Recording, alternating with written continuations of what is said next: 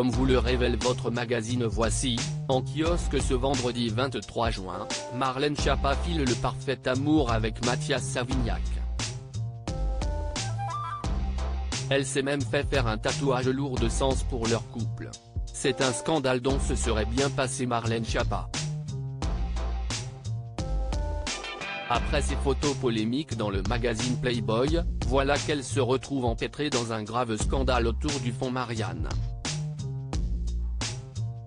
Ce dernier avait été créé à son initiative, lorsqu'elle était ministre déléguée à la citoyenneté, 6 mois après le choc suscité par l'assassinat du professeur Samuel Paty. Le but ? Financer des personnes et associations qui vont porter des discours pour promouvoir les valeurs de la République et pour lutter contre les discours séparatistes. Elle avait pour ce faire une belle enveloppe de 2,5 millions d'euros, mais l'attribution des subventions pose question.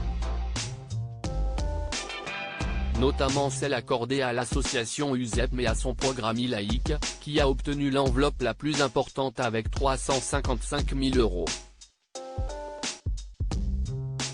D'après une enquête conjointe de France Télévisions et du journal Marianne, la dotation aurait surtout servi à rémunérer les 2 dirigeants de l'association, dont l'essayiste Mohamed Sifaoui, à hauteur de 120 000 euros nets. Une partie de cette subvention publique aurait aussi financé la location d'un bureau situé dans la très chic avenue Montaigne à Paris.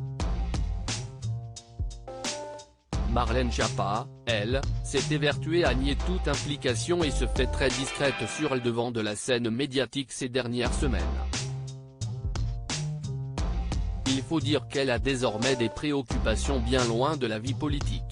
Marlène Schiappa a Mathias Savignac dans la peau.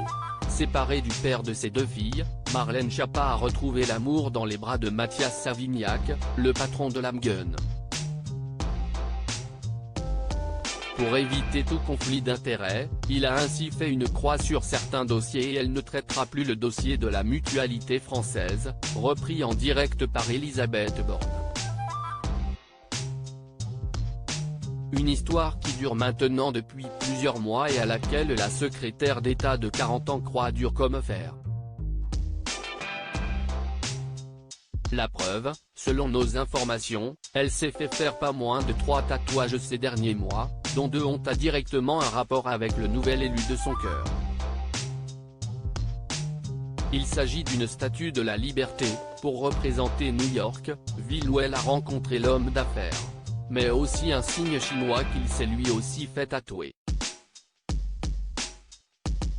À en croire les clichés de leur dernière escapade en amoureux, à retrouver dans les colonnes de votre magazine Voici, en kiosque ce vendredi 23 juin, il n'y a pas de doute, le seul dossier qui l'intéresse pour le moment, c'est lui.